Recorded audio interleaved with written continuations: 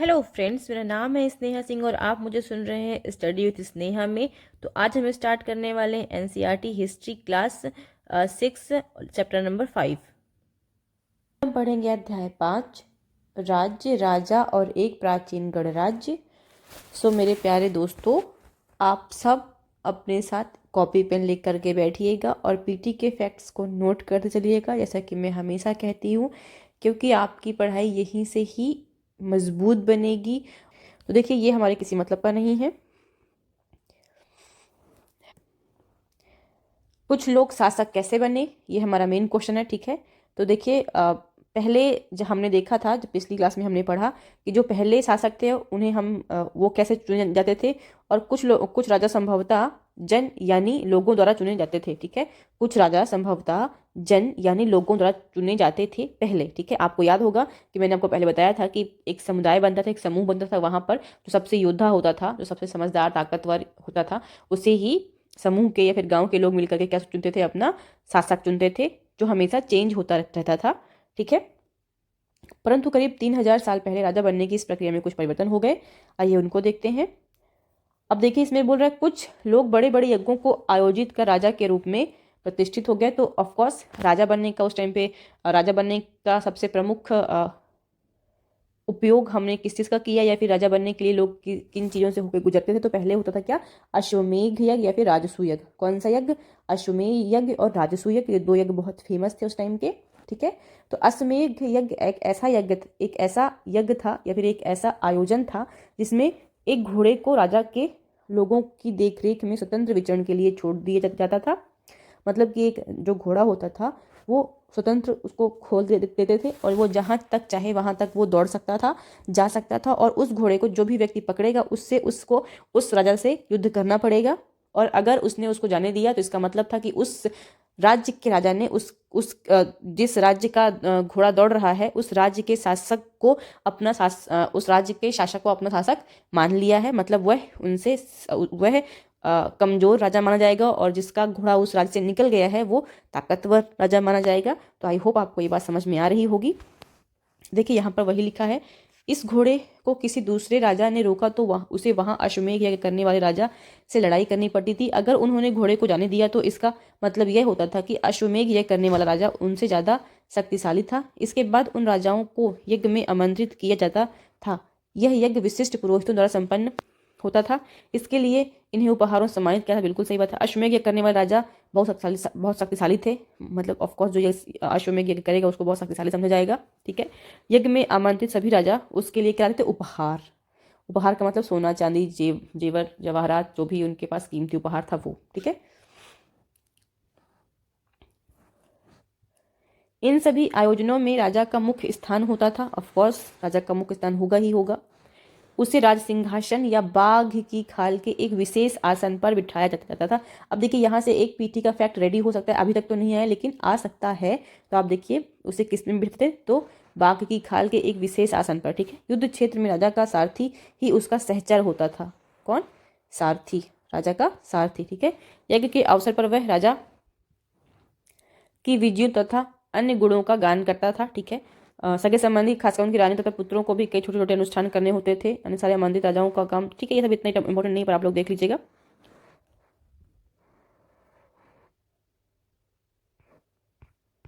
अब देखिए, यहाँ पर क्या मैंने वर्ण, आप लोग देख रहे हैं, यहाँ पर है वर्ण। क्या लिखा है यहाँ पे? वर्ण। ठीक है, वर्ण और जाति, वर्ण और जाति में अंतर है। वर्ण जब हुआ तो इसमें क्या था? जन्म के आधार पर भेदभाव नहीं होता था। ठीक है, वर्ण पे जन्म के आधार पर भेदभाव नहीं था, लेकिन जाति में फिर क्या हो गया? जन्म के आधार पर हम क्या करने लग गए? भेदभाव करने लग गए। जैसा कि आप सबको पता है कि वर्ण जो है, ऋग्वेद काल में वर्ण व्यवस्था का उदय होता है। ठीक है, तो पीटी का पहला क्वेश्चन ही यही है कि वर्ण व्यवस्था का उदय कब हुआ? तो ऑफकोर्स ऋग्वेद में। ठीक है, और जो जाति थी वो जन्म आधारित ही थी, तो ऑब्वियस है कि उसमें भेदभाव आ ही जाएगा। लेकिन वर्ण जो था, वर्ण क्या था? जाति आधारित नहीं थी, ध्यान रखिएगा। इसीलिए वर्ण और जाति में अंतर है। आप देखिए, हम देखते हैं इस समय उत्तर भारत में खासकर गंगा यमुना क्षेत्र में कई ग्रंथ रचे गए। ऋग्वेद के बाद रचे होने के कारण ये उत्तर वैदिक ग्रंथ कहलाए। कौन से ग्रंथ कहलाए? उत्तर वैदिक ग्रंथ कहलाए। ठीक है, इसके अंतर्गत सामवेद, यजुर्वेद, अथर्ववेद तथा अन्य ग्रंथ शामिल हैं। ठीक है, पुरोहितों द्वारा रचित इन ग्रंथों में विभिन्न प्रकार के अनुष्ठान और उनके संपादन की विधियां बताई गई हैं। इनमें सामाजिक नियमों के बारे में भी बताया गया है। ठीक है, समाज में कौन कौन से नियम होते हैं इन्हें बताया गया है। ठीक है, उस समय समाज में कई समूह थे जिनमें पुरोहित, योद्धा, कृषक, पशुपालक, व्यापारी, शिल्पकार, श्रमिक, मछली पकड़ने वाले तथा अन्य तथा जंगलों में रहने वाले लोग शामिल थे। ठीक है, उस समाज में कई समूह थे। ये देखिए, पीटी का एक फैक्ट बन सकता है। यहाँ से अभी तक तो नहीं बना, लेकिन अभी बन सकता है, इसलिए आप ध्यान से पढ़िए। आप सोचोगे मैम आप ये क्यों पढ़ा रही हैं, तो मैं आपको बताती हूँ। अब देखिए, इससे कैसे हमारा पीटी का क्वेश्चन रेडी हो सकता है। तो मान लीजिए इसमें पूछ लिया, इसमें वैदिक निम्नलिखित में से निम्नलिखित में से कौन से वैदिक काल के हिस्से नहीं थे? क्या थे? नहीं थे। ओके, और ऑप्शन में ये सब दे दिया और कुछ एक दो हटा दिया या फिर एक दो एक्स्ट्रा दे दिया। तो आपको ध्यान से पढ़ना है कौन कौन थे। उस समय समाज में कई समूह थे, तो कौन कौन समूह थे ये आपको ध्यान रखना है, क्योंकि क्वेश्चन आपका ऐसे बन सकता है पीटी का, जिसमें पुरोहित थे, योद्धा थे, कृषक थे, पशुपालक थे, व्यापारी थे, शिल्पकार थे, श्रमिक थे। ठीक है, मछली पकड़ने वाला तथा जंगल में रहने वाले लोग शामिल थे। ठीक है, ध्यान रखिएगा। तो आपके पीटी क्वेश्चन ऐसे ही बनेंगे, क्योंकि अब जो पुराने क्वेश्चन हैं वो तो रिपीट हो ही रहे हैं, लेकिन नए क्वेश्चन कैसे आयोग बनाता है ये भी आपको पता होना चाहिए। इसीलिए मैं आपको एनसीईआरटी पढ़ा रही हूँ, अदरवाइज लाइन बाय लाइन तो कोई भी पढ़ लेगा और कोई भी पढ़ा देगा। ठीक है, जहाँ कुछ पुरोहित तथा योद्धा वैभवशाली थे, वहीं कुछ कृषक व्यापारी भी धनवान थे। ठीक है, जहाँ कुछ पुरोहित, योद्धा और वैभवशाली थे, वहीं कुछ कृषक और व्यापारी धनवान थे। दूसरी ओर पशुपालक, शिल्पकार, श्रमिक, मछली पकड़ने वाले तथा शिकारी, भोजन संग्राहक निर्धन थे। मतलब देखिए, ये वैदिक काल से चला आ रहा है। अमीरी और गरीबी की जो संकल्पना थी वो पहले से ही चली आ रही है, इसमें कुछ नया नहीं है। आइए आगे देखते हैं। पुरोहितों ने लोगों को 4 वर्गों में विभाजित किया, जिन्हें क्या कहते हैं? वर्ण कहते हैं। ओके, इनके अनुसार प्रत्येक वर्ण के अलग अलग कार्य निर्धारित थे। पहला वर्ण ब्राह्मण का था। उनका काम वेदों का अध्ययन, अध्यापन और यज्ञ करना था। बिल्कुल सही बात है, 4 वर्ण थे हमारे। ठीक है, ब्राह्मण, क्षत्रिय, वैश्य, शूद्र। ठीक है, इनके किसके क्या काम थे मुझे आपको बताने की जरूरत है नहीं, आप सबको पता है। जैसे कि ब्राह्मण का काम था पूजा पाठ करवाना, पढ़ना पढ़ाना। ठीक है, और क्षत्रिय काम था युद्ध करना, अपने साम्राज्य की रक्षा करना। वैश्य का काम था अपने लेखा जोखी का काम करना, और शूद्र का काम था सबकी सेवा करना। लेकिन यहाँ पर एक पंक्ति बहुत ही महत्वपूर्ण लिखी हुई, जिसे आप पहले पढ़ चुके हैं। अगर नहीं पढ़ा तो मैं आपको बताती हूँ कैसे पढ़ना है। तो ये देखिए, यहाँ पर मेरे प्यारे दोस्तों, आप लोग देख सकते हैं, प्रायः औरतों को भी शूद्रों के समान माना गया। ठीक है, प्रायः औरतों को भी शूद्रों के समान माना गया। महिलाओं तथा शूद्रों को वेदों के अध्ययन का अधिकार नहीं था। तो आप देख सकते हैं कि उत्तर वैदिक काल तक आते आते यहाँ पर क्या हो गया है, महिलाओं को और शूद्रों को किस चीज का अधिकार नहीं था? वेदों के अध्ययन का अधिकार नहीं था। जबकि हमने देखा था कि ऋग्वेद में हमें कुछ विदुषी महिलाएं मिली थी। ठीक है, तो देखिए, अब आपके पीछे क्वेश्चन हो गया है कि सूत्र, स्मृति और वैदिक काल तक आते आते महिलाओं को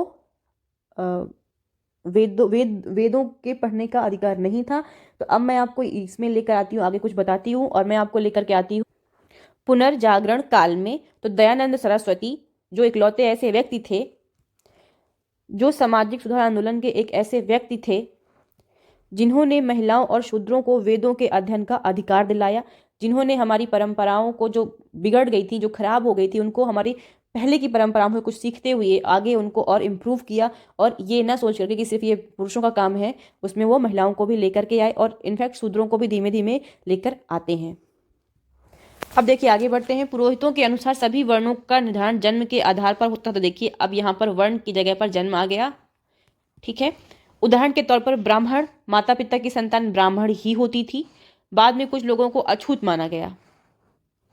अछूत वर्गों में कुछ शिल्पकार, शिकारी तथा भोजन संग्राहक शामिल थे। देखिए यहाँ से जो ये अछूत शब्द है ये हमारे एक पीटी का फैक्ट बन सकता है। ठीक है, अछूत में कौन कौन था, तो सबको तो हम मान सकते हैं, लेकिन देखिए यहाँ पर लिखा है शिल्पकार। ठीक है, शिल्पकार एक ये चिंतनीय विषय है कि शिल्पकार कैसे अछूत हो गया। ठीक है, तो अछूत वर्गों में शिल्पकार, शिकारी और भोजन संग्राहक को क्या माना गया, अछूत, जिसको हम नहीं छूते हैं। ठीक है, साथ ही इनमें वे लोग भी आते थे जो शवों को दफनाने जलाने का काम करते थे। ये हम आज भी देखते हैं अपने समाज पे। इन लोगों से संपर्क अपवित्र माना जाता था। ठीक है, कई लोगों ने ब्राह्मणों द्वारा बनाई हुई इस वर्ण व्यवस्था को स्वीकार नहीं किया। कुछ राजा स्वयं को पुरोहितों से श्रेष्ठ मानते थे। कुछ लोग जन्म के आधार पर वर्ण निर्धारण सही नहीं मानते थे। इसके अतिरिक्त कुछ लोग व्यवसाय के आधार पर लोगों के बीच भेदभाव उचित नहीं समझते थे, जबकि कुछ लोग चाहते थे कि अनुष्ठान संपन्न करने का अधिकार सबका हो। कई लोगों ने छुआछूत की आलोचना की। इस उपमहाद्वीप के पूर्वोत्तर क्षेत्र जैसे इलाकों में सामाजिक आर्थिक असमानताएं बहुत कम थी, जहां पुरोहितों का प्रभाव भी बहुत सीमित था। तो इसमें उतना कुछ खास था नहीं, जो मैं आपको बताती, आप सबको पता ही है। अब देखते हैं जनपद क्या था। जनपद, महायज्ञों को करने वाले राजा अब जन के राजा न होकर जनपदों के राजा माने जाने लगे। ठीक है, जनपद का शाब्दिक अर्थ जन के बसने की जगह होता है।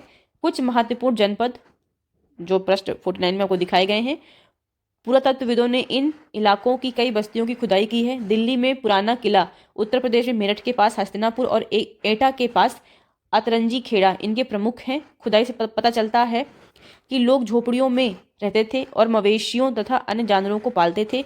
वे चावल, गेहूं, धान, जौ, दालें, गन्ना, तिल तथा सरसों जैसी फसलें उगाते थे। तो देखिए अब ये भी हमारे पीटी का प्रश्न हो गया। यहाँ पे दो तीन आपके पीटी के फैक्ट निकल सकते हैं कि वो लोग कहाँ रहते थे, क्या क्या उनके फसलें थी। ठीक है, आगे देखते हैं। क्या इस सूची में तुम्हें किसी ऐसी फसल का नाम मिला जिसका उल्लेख अध्याय 3 में नहीं है? अब आप लोग मुझे बताइए, क्योंकि मैं आपको पढ़ा चुकी हूँ अच्छे से, तो आप लोग मुझे कमेंट बॉक्स में बताइएगा। ठीक है, लोग मिट्टी के बर्तन भी बनाते थे, ऑफ कोर्स। इसमें कुछ धूसर और कुछ लाल रंग के होते थे। इन पुरास्थलों में कुछ विशेष प्रकार के बर्तन मिले हैं जिन्हें चित्रित धूसर पात्र के रूप में जाना जाता है। जैसे कि इनके नाम से ही स्पष्ट है कि इन बर्तनों पर चित्रकारी की गई है। ये आमतौर पर सरल रेखाओं तथा ज्यामितीय आकृतियों के रूप में है। ठीक है, जिसे आप यहाँ पर देख सकते हैं। तो देखिए यहाँ पर अभी ये है चित्रित धूसर पात्र। देखिए ये क्या है, चित्रित धूसर पात्र है, ये ध्यान रखिएगा मेरे दोस्तों, ध्यान रखिएगा। चित्रित धूसर पात्र, इस तरह के पात्रों में ज्यादातर थालियां और कटोरियां ही मिली हैं। ये पात्र बहुत ही पतली सतह के, सुंदर और चिकने हैं। ये कैसे हैं, बहुत ही पतली सतह के हैं और कैसे हैं, सुंदर और चिकने हैं। शायद इनका प्रयोग खास मौकों पर महत्वपूर्ण लोगों को भोजन परोसने के लिए किया जाता था। ठीक है, तो इनका कलर क्या, देखिए पूछ सकता है ना कि चित्रित धूसर पात्र हमें कब मिले हैं, तो ऋग्वैदिक काल, उत्तर वैदिक काल और भी सारे काल दे देगा आपको। तो आपको ध्यान रखना है कि ये कब मिला है आपको, उत्तर वैदिक काल में। ठीक है, और ये किस कलर के थे, तो ये चित्रित धूसर पात्र थे। ये किस कलर के थे, ग्रे कलर के थे, ध्यान रखिएगा। तो ये क्वेश्चन बन सकता है आपका पीटी का। अब आगे बढ़ते हैं।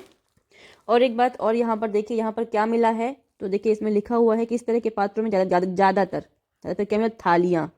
ठीक है, थालियाँ और कटोरियाँ ही मिली हैं। तो ध्यान रखिए क्या मिला, थालियाँ और कटोरी। जब ये लिखा हुआ है ना थालियाँ और कटोरियाँ, तो हमको थालियाँ और कटोरियों में ही टिक लगाना है। तो देखिए पीटी का प्रश्न बन सकता है, तो ध्यान रखिएगा।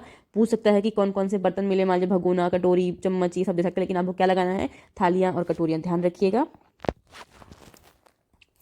तो मैं उम्मीद करती हूँ कि आप सबको जनपद समझ में आ गया होगा। तो अब हम चलते हैं महाजनपद की ओर, लेकिन उससे पहले एक चीज़ और इम्पोर्टेंट मैं आपको बता दूं कि जितने भी ये स्थानों के नाम दिए हुए हैं ना, उत्तर प्रदेश में मेरठ हो गया, हस्तिनापुर हो गया, ठीक है, इन सबको आपको क्या करना है, लर्न करना है, जितने भी ये नाम हैं, क्योंकि ये बहुत ज़रूरी नाम है, ये आपको पूछ सकता है। ठीक है, और ये भी पूछ सकता है ना कि इस टाइम पर कौन कौन सी फसलें ये उगाते थे और ये किन किन फसलों को जानते थे। तो ये आप लोग ध्यान रखिएगा, ये मोस्ट इंपॉर्टेंट क्वेश्चन हो जाता है, क्योंकि देखिए कई बार पूछ चुका है ना फसलों के बारे में, क्यों किन किन फसलों को जानते थे, किन किन को नहीं जानते थे। तो आप लोगों को ये क्या करना है, लर्न करके रखना है। अब चलिए आगे चलते हैं, महाजनपद को देखते हैं। तो अब हम पढ़ेंगे महाजनपद। करीब 2500 साल पहले कुछ जनपद अधिक महत्वपूर्ण हो गए। आइए देखते हैं कि वो जनपद कौन से जो अधिक महत्वपूर्ण हो गए, इन्हें क्या कहा गया, फिर जो जनपद बहुत महत्वपूर्ण हो गए उन्हें क्या कहा गया, महाजनपद। ठीक है, अब आइए उनको देखते हैं। ये है अपना प्यारा भारत, और ये यहाँ पे आपको दिखेंगे कुछ महाजनपद। देखिए, जो बच्चे चाहते हैं मैप पे कमांड हासिल करना ना, जिनको चाहिए कि नहीं वो एक बार कोई भी चीज़ पढ़े तो उनके दिमाग में छप जाए कि कैसे मैप में कहाँ पर कौन सी चीज़ थी, जो बच्चे नहीं चाहते कि वो भूलें, ऐस दुनिया में या फिर आपको ऐसी कोई भी बुक नहीं मिलेगी जो आपको एनसीईआरटी से अच्छा आपको मैपिंग प्रैक्टिस करवा सके। एनसीईआरटी ही सबसे अच्छा आपको मैप की प्रैक्टिस करवा सकती है। तो देखिए, आप लोगों को ध्यान रखना है और ध्यान से पढ़ना है और एक दो बार घर पे प्रैक्टिस करना है, तो आपकी मैपिंग की प्रैक्टिस बहुत अच्छी हो जाएगी। जैसे जैसे एनसीईआरटी बोल रही है, जो जो वो कह रही है, बस उतना ही एग्जाम में भी आना, ये आप लोग भी मानते हैं। थोड़ा बहुत यहाँ वहाँ से आता है जो हम कवर करेंगे, ठीक है। आइए देखते हैं इसमें से कुछ। देखिए, यहाँ पर हो गया एक गंधार। अब देखिए, अब गंधार कहाँ पर था, ये देखिए। कुरु कहाँ पर है, देखिए कुरु हो गया, हस्तिनापुर हो गया, पंचाल हो गया, कौशल हो गया, ठीक है, वैशाली हो गया, वज्जी हो गया, ठीक है, अंग हो गया, कौशाम्बी हो गया, राजगृह हो गया, मगध हो गया, ठीक है, इधर तक्षशिला हो गया। बस इतना ही है जो आपको लर्न करना है, सिर्फ इतना, जो आपको अच्छे से, जिस पे आपको कमांड हासिल करनी है। अगर आप चाहते हैं हिस्ट्री पे कमांड हासिल करना, तो आपको मैपिंग पे कमांड हासिल करनी ही होगी। तो आप लोग एक बार इसको देखिए और फिर घर पर प्रैक्टिस करिएगा, ठीक है। तो आई होप आप लोगों को समझ में आ रहा होगा। अब आगे बढ़ते हैं। अधिकतर महाजनपदों की एक राजधानी होती थी। कई राजधानियों में किलेबंदी की गई थी, अर्थात इनके चारों ओर लकड़ी, ईंट या पत्थर की ऊंची दीवारें बनाई गई थी। अब देखिए, यहाँ पर सुरक्षा होने लग गई। ऐसा लगता है कि लोगों ने अन्य राजाओं के आक्रमण से डरकर अपने सुरक्षा के लिए इन किलों का निर्माण किया। कुछ राजा अपनी राजधानी के चारों ओर विशाल, ऊंची और प्रभावशाली दीवार खड़ी कर अपनी समृद्धि समृद्धि और शक्ति का प्रदर्शन भी करते थे। तो अब देखिए, हमको यहाँ से क्या देखने को मिलता है, यहाँ से हमको देखने को मिल रही हैं राजनीतिक दशाएं।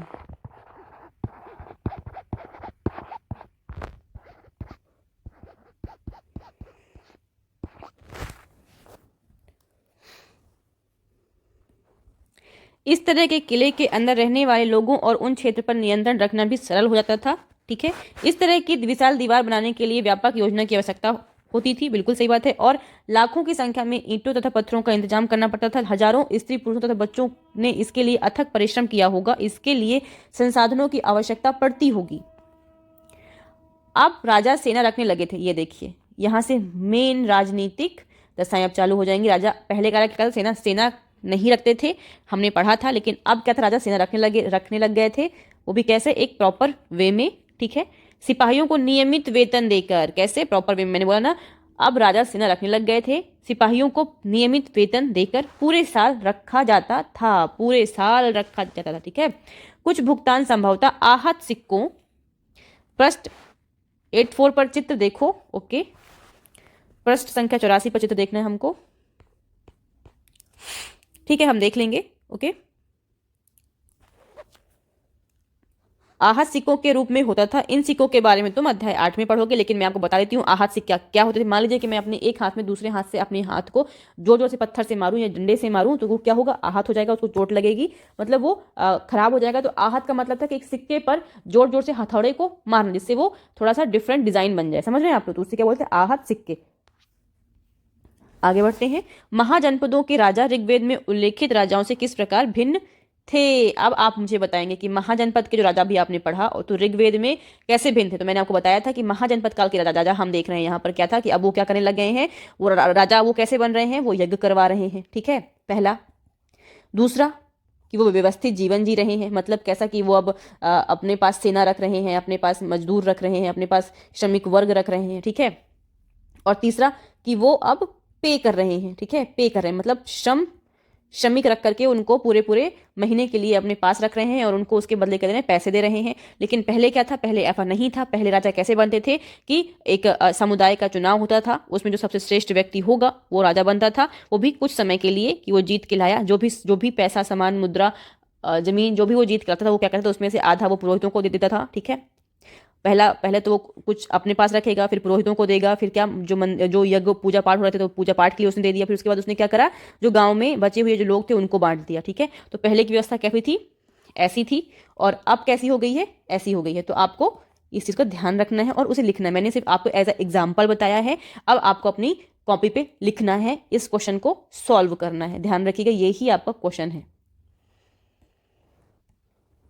अब देखिए महाजनपद काल में कर की व्यवस्था भी हो गई थी। अब देखिए ये भी आपका एक उसमें फैक्ट जुड़ जाएगा कि महाजनपद काल में कर की व्यवस्था हो गई थी। ओके, महाजनपदों के राजा विशाल किले बनवाते थे और बड़ी सेना रखते थे, इसीलिए उन्हें प्रचुर संसाधनों की आवश्यकता होती थी। इसके लिए उन्हें कर्मचारियों की भी आवश्यकता होती थी। अतः महाजनपदों के राजा लोग द्वारा समय समय पर लाए गए उपहारों पर निर्भर न रहकर अब नियमित रूप से कर वसूलने लगे। ठीक है, मतलब पहले क्या था कि समय समय पर उपहार लाना, युद्ध करना, जमीन अर्जित करना, उससे उत्पन्न करना ही उनका जीवन यापन का एक प्रमुख साधन था, क्योंकि पहले के जो राजा थे वो विलासतापूर्ण जीवन नहीं जी रहे थे। लेकिन अब इधर आगे आते आते जितना भी हम आगे बढ़ते जाएंगे उतना हम ये पाएंगे कि अब राजा जो हैं वो विलासतापूर्ण जीवन की ओर बढ़ रहे हैं।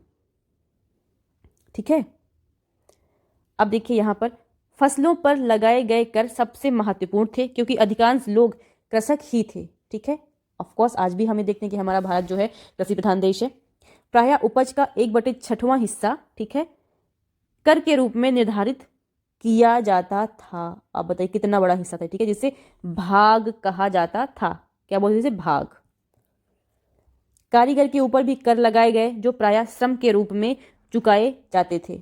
ठीक है, कारीगरों के ऊपर भी वो लगता था, कर लगता था। ध्यान रखिएगा। अब देखिए ये सब क्या है? पीटी के फैक्ट हैं। ये सब पीटी के फैक्ट हैं, आप लोगों को याद करना है। जैसे कि एक बुनकर, लोहार या सुनार को राजा के लिए महीने में 1 दिन काम करना पड़ता था, ये उसका कर था, वो भी बिना पैसे के। ठीक है, पशुपालकों को जानवरों या उनके उत्पादन के रूप में कर देना पड़ता था। अब जो पशुपालक थे उनको क्या करना पड़ता था?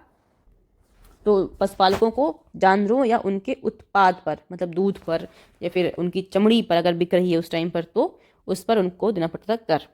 व्यापारियों को सामान खरीदने बेचने पर भी कर लगता था। ठीक है, आखेटकों और संग्राहकों को जंगल से प्राप्त वस्तुएं देनी पड़ती थी।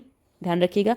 अब देखिए जो कुछ कर रहा है उस टाइम पे, जिसका जो व्यवसाय था, राजा क्या करता था, उससे वही काम अधिकतर अपने राज्य पे करवाता था, वो भी फ्री में। ठीक है, ऐसा कर के रूप में। क्योंकि अब क्या हो गया था कि अब जो जीवन शैली थी लोगों की वो नियमित हो गई थी, स्थायी हो गई थी। लोग अब थोड़ा सा जागरूक हो रहे थे, उनको अब अपने भौतिक सुख की जरूरतें ज़्यादा हो गई थी। अब देखिए, अब यहाँ तक आते आते कृषि में भी हम क्या देखेंगे? चेंजेस देखेंगे। कृषि में हम देखेंगे परिवर्तन। उससे पहले एक क्वेश्चन देखिए आपके लिए। आखेटक तथा खाद्य संग्राहक राजाओं को क्या देते होंगे? आखेटक तथा खाद्य संग्राहक राजाओं को क्या देते होंगे? ध्यान रखिएगा। आगे बढ़ते हैं। कृषि में परिवर्तन। इस युग में कृषि के क्षेत्र में 2 बड़े परिवर्तन आए। अब देखते हैं कौन कौन से। हल के फाल अब लोहे के बनने लगे, सबसे बड़ा परिवर्तन।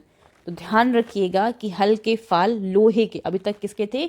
लकड़ी के थे। अब हमें किसके मिल रहे हैं? लोहे के मिल रहे हैं। हल के फाल अब लोहे के बनने लगे थे। ठीक है, अब कठोर जमीन को लकड़ी के फाल की तुलना में लोहे के फाल से आसानी से जोता जा सकता था। ठीक है, अगर कोई भी चीज़ ऑफकोर्स लकड़ी की होगी वो जल्दी टूट जाएगी, लेकिन जब जमीन पर लोहा गड़ेगा और वो जमीन की मिट्टी को जोतेगा तो ऑफकोर्स है कि मतलब सिंपल सी बात है कि जमीन जो है बहुत अच्छे से जोत पाएगी। ठीक है, इससे फसलों की उपज बढ़ गई। दूसरे लोगों ने धान के पौधों का रोपण शुरू किया। ठीक है, अर्थात खेतों में बीज छिड़क कर धान उपजने के बजाय धान की पौध तैयार कर उनका रोपण शुरू किया गया। मतलब जो धान के पहले पौधे, जैसे मान लीजिए कि धान को पहले बीज छिड़का गया, फिर उससे छोटे पौधे निकले, मतलब उसको बेड़ कहते हैं। अगर आप लोगों को पता हो तो उसे बेड़ कहते हैं।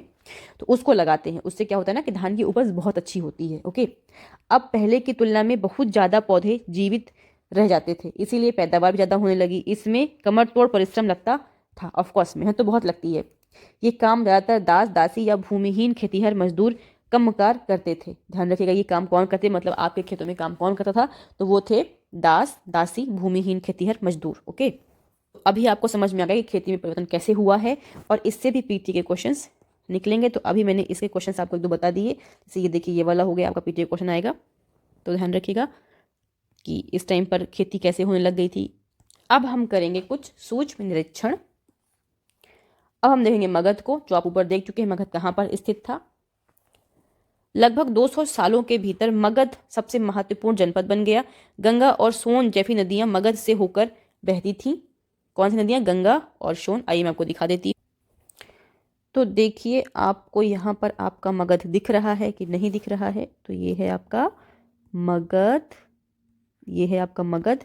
अब गंगा और सोन, तो देखिए ये है आपकी मिनट, ये है आपकी गंगा नदी, ओके, और ये है यहाँ से आती है आपकी सोन नदी, ध्यान रखिएगा।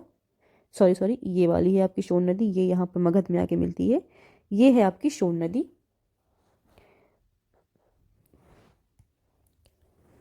तो आपने देख लिया, तो मगध के नदियों के किनारे था, अब यहाँ से आगे ये निकल जाएगी गंगा, ओके।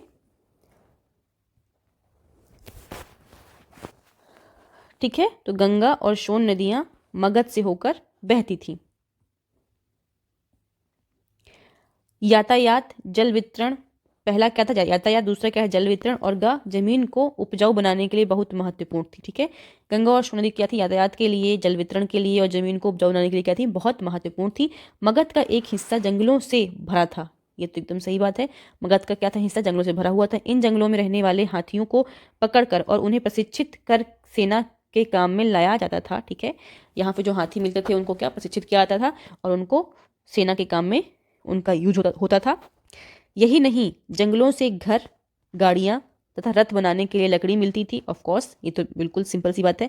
इसके अलावा इस क्षेत्र में लौह अयस्क की खदानें हैं। ठीक है, ये ध्यान रखिएगा, यहाँ पर लौह अयस्क की खदानें में, तभी हम यहाँ पर क्या बना पाए, हल बना पाए। मजबूत औजार और हथियार बनाने के लिए ये बहुत उपयोगी थे, बिल्कुल सही बात है।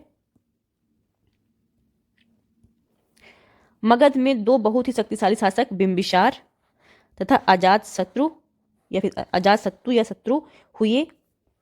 ठीक है, अन्य जनपदों को जीतने के लिए हर संभव साधन अपनाते थे। महापद्मनंद और एक और महत्वपूर्ण शासक थे। कौन? महापद्मनंद एक और महत्वपूर्ण शासक थे। उन्होंने अपने नियंत्रण का क्षेत्र इस उपमहाद्वीप के उत्तर पश्चिम भाग तक फैला लिया था। बिहार में राजगृह, आधुनिक राजगिरी, कई सालों तक मगध की राजधानी बनी रही। बाद में पाटलिपुत्र, आज का पटना, को राजधानी बनाया गया। ध्यान रखिएगा। अब देखिए सारे आपके पीटी के फैक्ट हैं, लेकिन मैं आपको दिखाऊंगी क्वेश्चन अभी, लेकिन लास्ट में दिखाऊंगी, ओके। 2300 साल से भी पहले की बात है। मेसिडोनिया का राजा सिकंदर विश्व विजय करना चाहता था। पूरी तरह सफल न होने पर भी वह मिस्र और पश्चिमी एशिया के कुछ राज्यों को जीतता हुआ भारतीय उपमहाद्वीप में व्यास नदी के किनारे तक पहुंच गया। जब उसने मगध की ओर कूच करना चाहा तो उसके सिपाहियों ने इनकार कर दिया। वे इस बात से भयभीत थे कि भारत के शासकों के पास पैदल रथ और हाथियों की बहुत बड़ी सेना है। अब सोचिए उस टाइम पे सिकंदर जैसी सेना, सिकंदर की जो सेना थी, जो विश्व में सबसे महान सेना में से एक थी, उसने भारत में आक्रमण करने से मना कर दिया। क्यों? क्योंकि हमारे पास क्या था, पैदल रथ और हाथियों की बहुत बड़ी सेना थी, जिससे उनको ये लगता था कि वो हमसे हार जाएंगे।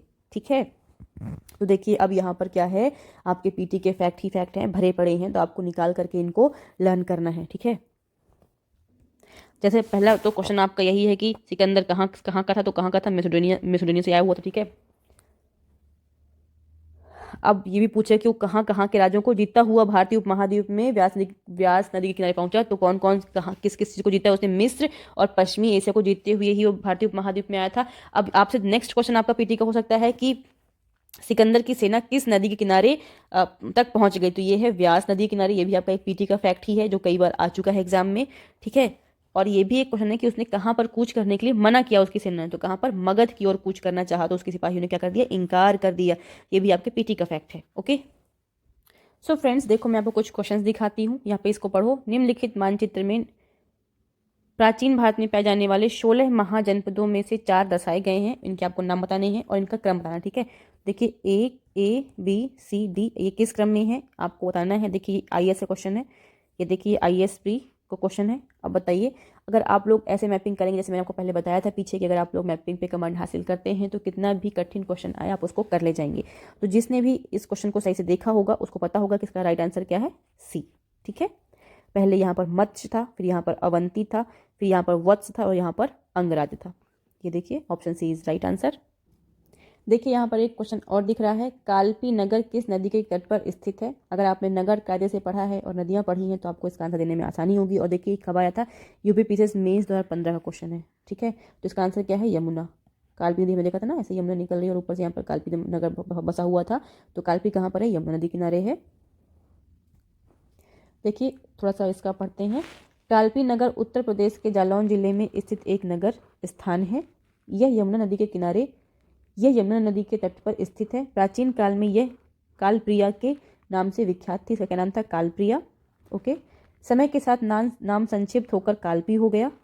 4वीं सदी में राजा वासुदेव द्वारा बसाया गया था। ठीक है, आप लोगों को समझ में आ गया होगा कि आपको आखिर पढ़ना कैसे है।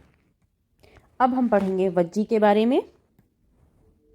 वज्जी, जैसा कि तुमने ऊपर पढ़ा, मगध एक शक्तिशाली राज्य बन गया था।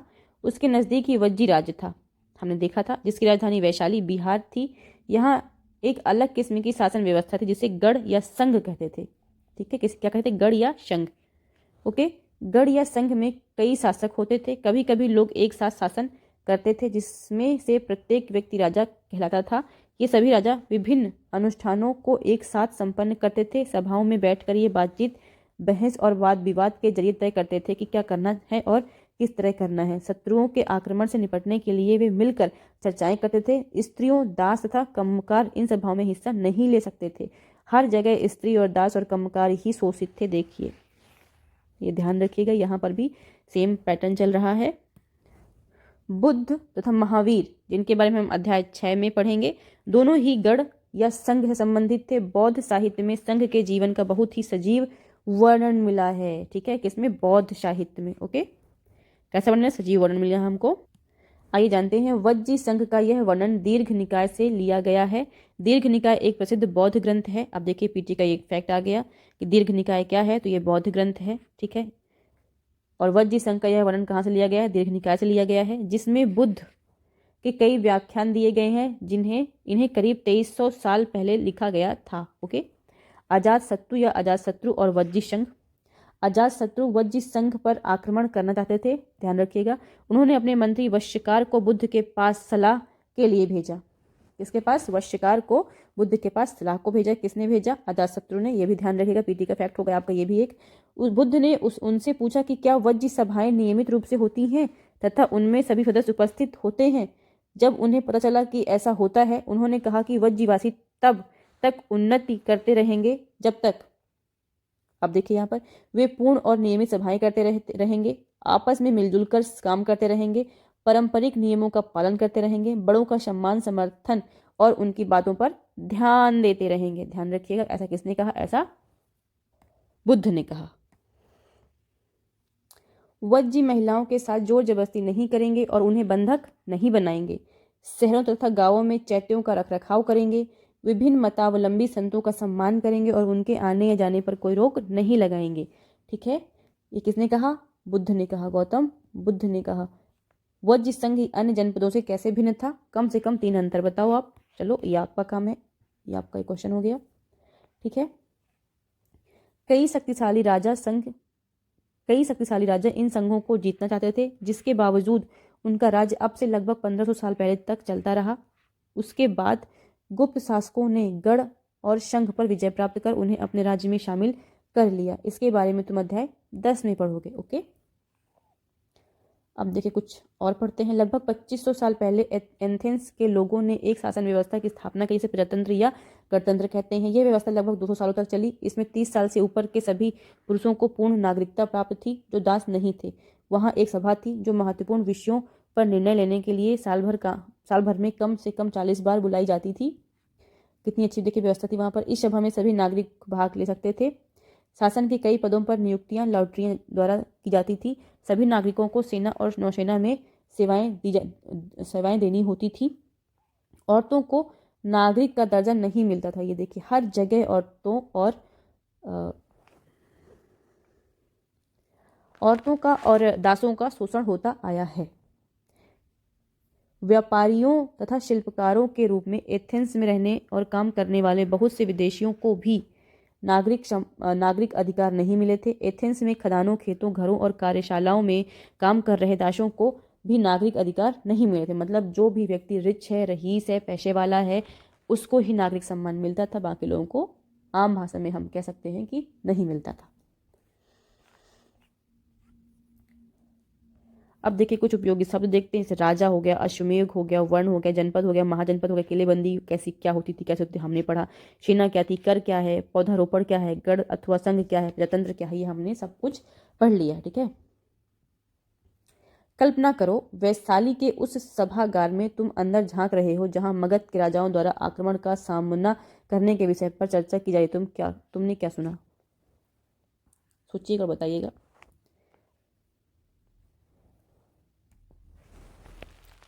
अब देखिए सही या गलत बताओ। अश्वमेध के घोड़ों को अपने राज्य से गुजरने की छूट देने वाले राजाओं को यज्ञ में आमंत्रित किया जाता था। बताइए सही गलत है। राजा के ऊपर सारथी पवित्र जल का छिड़काव करता था। बताइए सही गलत है। पुरातत्वविदों को जनपदों की बस्तियों में महल मिले हैं। क्या ये सही है कि नहीं सही है, बताइए आप मुझे। चित्रित धूसर पात्रों में अनाज रखा जाता था। आप बताइए ये सही है कि गलत है। चित्रित धूसर पात्र हमने पढ़ा है अभी भी ऊपर। महाजनपदों में बहुत से नगर किलाबंद थे। बताइए ये सही है कि नहीं सही है। ठीक है। अभी आपको ये भी करना है, आप ही करेंगे और ये भी आप ही करेंगे। समाज के वे कौन से समूह थे जो गणों की सभाओं में हिस्सा नहीं ले सकते थे? अब आपको ये तो बताना ही बताना है क्योंकि हमने बहुत अच्छे से किया है। और अगर आप क्वेश्चंस के आंसर नहीं दे पा रहे हैं तो मुझे कमेंट बॉक्स में मैसेज करिएगा कि मैम प्लीज़ हमें क्वेश्चंस के आंसर भी बताइए, तो मैं आपको क्वेश्चंस के आंसर करवा दूँगी, जैसे मैंने भी थर्ड चैप्टर करवाया था। ठीक है। देखिए यहाँ पे कुछ महत्वपूर्ण तिथियां दी हुई हैं जिसको हम देख लेते हैं। नए शासक लगभग 3000 साल पहले आए। ठीक है। महाजनपद लगभग 3000 साल पहले। सिकंदर का आक्रमण, दीर्घ निकाय का लेखन लगभग 2300 साल पहले। संघ या गढ़ या संघ राज्यों का अंत 1500 साल पहले हुआ। ठीक है। अब ये सब आपको करने हैं क्वेश्चंस खुद से, और कमेंट बॉक्स में मुझे मैसेज करना है कि आपने कितने क्वेश्चंस किए, आपको कितने क्वेश्चंस के आंसर आए, कितने के नहीं आए हैं। और अगर आपको ये चीज़ अच्छी लग रही है तो आपका बहुत बहुत धन्यवाद मेरे साथ यहाँ तक बने रहने के लिए। ऐसे ही देखते रहिए और अपना ज्ञान बढ़ाते रहिए और अपने टारगेट को अचीव करते रहिए। Thank you so much. नमस्कार। Bye bye.